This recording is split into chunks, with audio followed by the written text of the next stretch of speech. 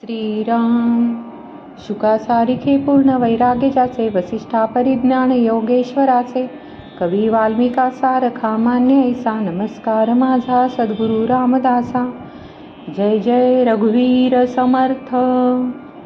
सार्थ श्रीदासबोध दशक 16वा, समास 8वा, आत्मा राम निरूपण. श्रीराम समर्थ. नमो गणपती मंगळमूर्ती, जयाचेनी मती स्फूर्ती, लोक भजती स्तवन करती आत्मयाचे.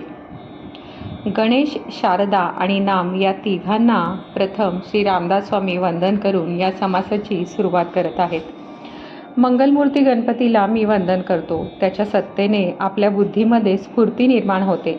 त्या स्फूर्तीने लोक आत्म्याचे भजन आणि स्तवन करतात. नुसत्या बुद्धीने आत्म्याचे परोक्ष म्हणजे अप्रत्यक्ष ज्ञान होते. स्फूर्तीने आत्म्याचे अपरोक्ष म्हणजे प्रत्यक्ष ज्ञान होते. वाणीची स्वामिनी जी वैखरी, तिला मी वंदन करतो.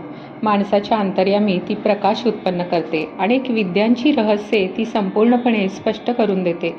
श्री समर्थांनी येथे वैखरीला अतिशय महत्त्व दिले आहे. त्याचे कारण असे की कोणतेही ज्ञान असो ते अखेर माणसाच्या बुद्धीलाच होते. आत्मज्ञानामध्ये बुद्धी प्रतिभामय बनते आणि ज्ञेय वस्तूची तदाकार होते. त्या अवस्थेत परावाणी तेवढी कार्यरत राहते. बाकीच्या 3 वाणी स्वस्थ असतात. पण तुरीय अवस्थेचा भर ओसरला म्हणजे अर्थरूप पश्यंती पुढे येते आणि अपरोक्षानुभूतीचा अर्थ समजून देते. पण कोणतेही ज्ञान जिवंत असते, गतिमान असते. म्हणूनच पश्यंतीमध्ये स्थिर झालेला अर्थ मध्यमेच्या द्वारा वैखरीत उतरल्या वाचून राहत नाही. शिवाय ज्ञान ही काही कोणाची खाजगी मालमत्ता नव्हे. त्यातल्या त्यात आत्मज्ञान तर खाजगी नव्हेच नव्हे. या कारणाने स्वस्वरूपाचा अतिशय सूक्ष्म अनुभव देखील वैखरीत कसाबसा प्रकट झाल्या वाचून ज्ञानी पुरुषाला समाधान वाटत नाही. त्याचप्रमाणे ज्ञानाचा व्यवहार झाल्याखेरीज म्हणजे ज्ञान एका व्यक्तीकडून दुसऱ्या व्यक्तीकडे गेल्याशिवाय मानवी संस्कृतीतील ज्ञान परंपरा टिकणार नाही. वैखरी हेच अशा ज्ञान संक्रमणाचे मुख्य साधन आहे. यावरून श्री समर्थांनी वैखरीला वाणींची स्वामिनी का म्हटले आहे याचा उलगडा होईल. सर्व लोकांमध्ये रामनाम हे उत्तमोत्तम आहे. रामनाम घेतल्याने श्री शंकराचा शीण गेला आणि त्यास विश्रांती मिळाली. नामाचा महिमा फार थोर आहे.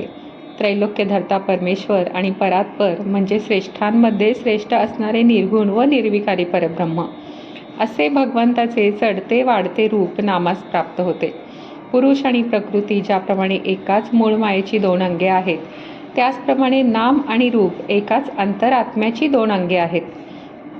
नाम स्थूलात असते तोपर्यंत उपास्य देवता रूपी अंतरात्मा सगुण मूर्तीच्या रूपाने निराळा दिसतो. पण सूक्ष्मामध्ये भेद नसतो. म्हणून नाम सूक्ष्म झाले की रूप त्याच्याहून निराळे राहू शकत नाही. किंबहुना नाम आणि रूप दोन्ही नामरूप होतात. साधकाची वृत्ती जसजशी सूक्ष्म आणि विशाल बनत जाते तसतसे त्याचे नाम सूक्ष्म आणि विशाल बनते. तेच नाम पुढे त्रैलोक्य व्यापते. स्वतः परमेश्वर किंवा ओंकार स्वरूपी नादब्रह्म आहे असा अनुभव येतो. अखेर नाम परब्रह्म स्वरूपच बनून जाते. एक आत्माराम अंतर्यामी रूपाने सगळीकडे व्यापून राहिलेला आहे. त्याच्या योगाने जगामध्ये जिकडे तिकडे लोकांचा व्यवहार चालतो.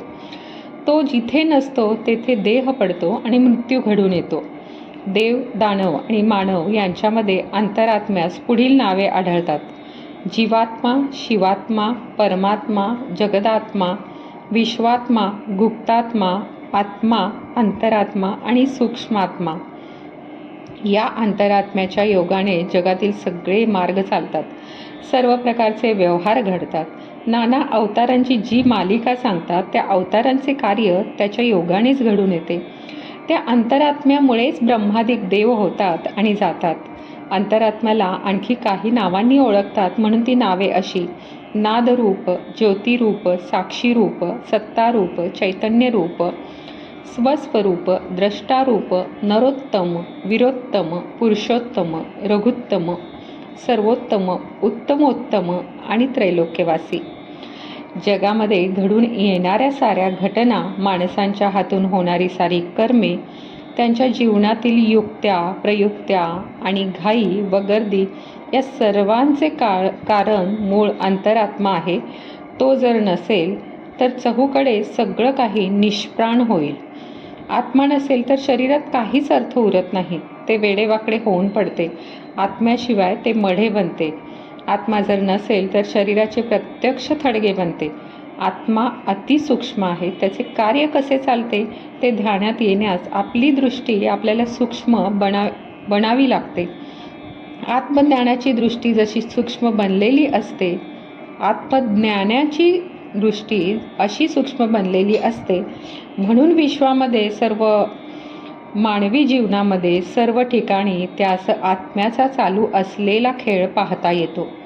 आत्मज्ञानी पुरुष अंतरात्म्याचे हे कर्तृत्व मनात निश्चितपणे जाणतो. त्यामुळे लोकांमध्ये सूक्ष्मपणाने कार्य करणाऱ्या आत्म्याकडेच त्याची दृष्टी असते. या पृथ्वीवर काय किंवा त्रिभुवनात काय, अंतरात्म्या वाचून सगळं काही ओसाड आहे.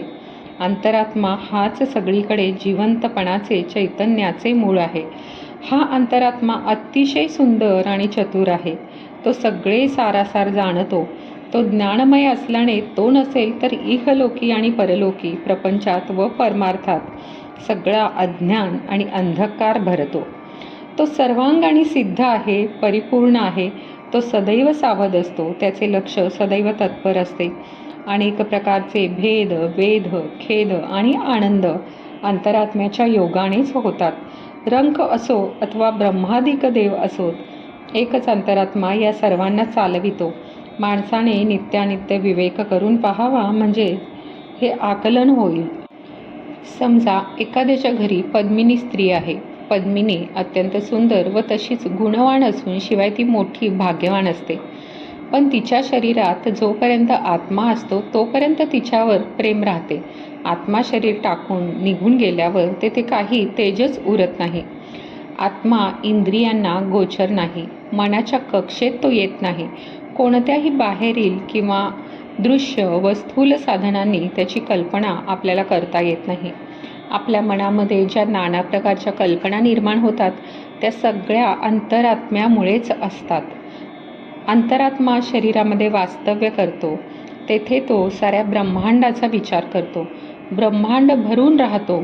त्याचप्रमाणे शरीरामध्ये अनेक प्रकारच्या वासना करतो, भावना अनुभवतो. या सर्व सांगणे कठीण आहे. अंतरात्मा शरीर अंतर्यामी असतो तेव्हा मनामध्ये अनंत वृत्ती येऊन जातात. अनंत कल्पनांचे तरंग उठतात. जगामध्ये अनंत प्राणी आहेत. त्यांच्या अंतरंगाचे संपूर्ण वर्णन करणे शक्य नाही.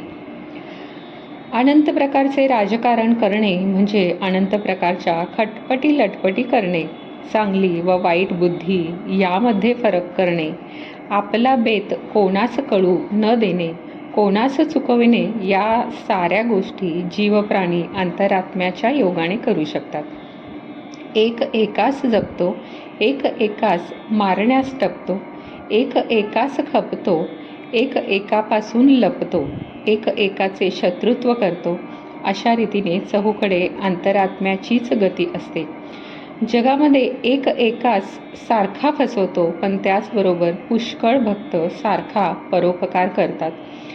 हे सुद्धा अंतरात्म्यामुळेच घडून येते. मुळात अंतरात्मा एकच एक आहे, पण देह परत्वे अनंत भेद होतात आणि प्रत्येक देहानुसार निरनिराळे भोग घेणे चालते. याचा अर्थ असा की मूळ अंतरात्मा एकच एक असला तरीही तो भेदाने पण राहू शकतो. जगात जिकडे बघावे तिकडे भेद आढळतो. विविधता दृष्टीस पडते. अशा प्रकारे अनंत भेद दिसले तरी मूळ अंतरात्मा अभेदपणानेच राहतो. सूक्ष्मदृष्टी साध्य करून हे पाहायला आपल्याला शिकलं पाहिजे.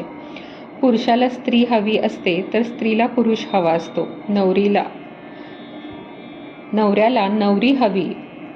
नवरीला नवरी हवी असे कधी घडत नाही. पुरुषाचा तो जीव आणि स्त्रियांची ती जीवी असा काही भेद करता येत नाही. इंद्रिय सुख भोगण्याच्या बाबतीत मात्र भेद आढळतो. ज्या प्राण्याचा जो आहार असतो त्या आहाराच्या बाबतीत तो प्राणी फार तत्पर असतो. उदाहरणार्थ पशुचा आहार काही माणसाला आवडत नाही.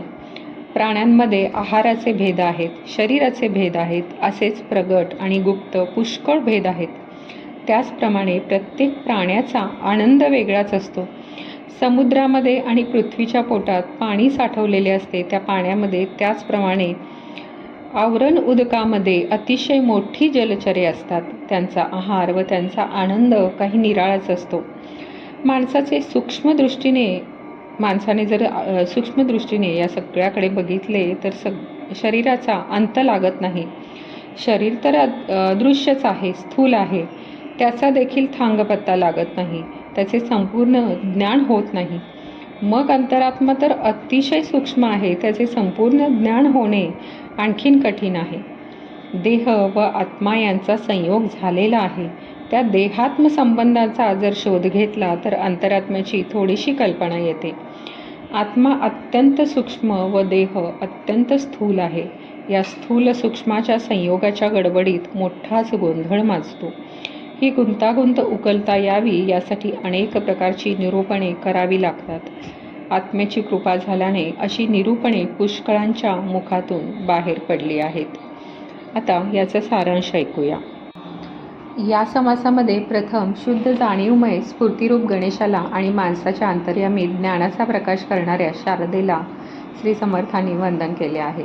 त्यानंतर स्थूलातून सूक्ष्मात व सूक्ष्मातून अधिक सूक्ष्मात आणि अखेर अतिशय सूक्ष्मात जीवाला घेऊन जाणाऱ्या नामाला वंदन आहे. पुढे सबंध समासात आत्मारामाचा सर्वकष महिमा सांगितलेला आढळतो. आत्माराम सर्व ठिकाणी हजर असल्याने अगदी जगातील सर्व व्यवहार अंतरात्म्यामुळेच चालतात. अंतरात्मा नसेल तर देह पडतो. जीवात्मा, शिवात्मा, परमात्मा, जगदात्मा, विश्वात्मा, गुप्तात्मा, आत्मा, अंतरात्मा, सूक्ष्मात्मा अशी अनेक नावे या अंतरात्म्यास आहेत. तो नादरूप, ज्योतिरूप, साक्षरूप, सत्तारूप, चैतन्यरूप, स्वस्वरूप आणि द्रष्टारूप आहे. तोच सर्वोत्तम, उत्तमोत्तम, पुरुषोत्तम, त्रैलोक्यवासी, नरोत्तम, वीरोत्तम, रघुत्तम या नावांनी ओळखला जातो. त्या अंतरात्म्यामुळेच ब्रह्मादिक देव व मोठमोठे अवतार होतात. जीवनामध्ये आढळणारी सारी चेतना त्याच्यामुळेच असते. तो जेथे नाही तेथे सर्व काही थंड पडते, सर्व काही उणे पडते. मानवी भावना, कल्पना, सुखदुःख तोच अनुभवास आणतो. रंकापासून तो थेट ब्रह्मदेवांपर्यंत एकटा अंतरात्मा सारा कारभार चालवतो. आत्मज्ञानी पुरुष जगामध्ये घडणाऱ्या घटनांमध्ये त्याचे कर्तृत्व पाहतो. तो अंतरात्मा इंद्रियांनी दिसत नाही, मनाला भासत नाही. कोणत्याही बाहेरील किंवा स्थूल साधनांनी आपल्याला त्याची कल्पना करता येत नाही. नित्यानित्य विवेकानेच त्याचा शोध घेता येतो. जोपर्यंत तो शरीरात राहतो तोपर्यंत मन नाना कल्पना करू शकते. जीव अनेक भावना व अनेक वासना करतो. इतकेच नव्हे तर माणूस साऱ्या ब्रह्मांडाचा विचार करू शकतो. अनंत प्राणी आहेत, त्यांच्या वृत्ती आणि कल्पना पण अनंत असतात. त्या सगळ्यांचे मूळ अंतरात्म्यात आहे. माणसाचे सारे सामाजिक व्यवहार, चांगली बुद्धी आणि वाईट बुद्धी यांची निवड, परस्पर शत्रुत्वाचे अथवा मित्रत्वाचे संबंध, भक्तांचा परोपकार, एकाने दुसऱ्यास फसवणे, राजकारण गुप्त ठेवणे वगैरे सगळ्या गोष्टी अंतरात्म्याच्या योगाने घडतात. मूळ अंतरात्मा एकच एक खरा, पण देहामध्ये योगाने अनंत भेद आढळतात. देहांच्या योगाने अनंत भेद आढळतात. स्त्री पुरुष भेद, आहार भेद, आकार भेद इत्यादी सर्व भेदांमध्ये एकच एक अंतरात्मा अभेदपणाने राहतो. आपण सूक्ष्मदृष्टी वापरून जर विचार केला तर आपल्या स्थूल शरीराचे देखील आपल्याला संपूर्ण ज्ञान होत नाही. मग अंतरात्मा तर मुळातच अतिशय सूक्ष्म आहे. त्याचे ज्ञान होणे सोपे नाही. देहात्मयोग शोधून पाहिला तर आत्म्याची आपल्याला थोडीशी कल्पना येते. नाहीतरी स्थूल व सूक्ष्म यांची मोठीच गुंतागुंत आहे.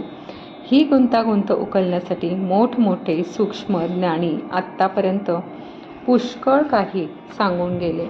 इति श्री दासबोधे गुरु शिष्य संवादे आत्माराम निरूपण नाम समास 8 समाप्त. जय जय रघुवीर समर्थ. तुम्हाला हा व्हिडिओ आवडल्यास कमेंट, लाईक, शेअर करा आणि पुढील व्हिडिओसाठी हे चॅनल सबस्क्राईब करायला विसरू नका. श्रीराम.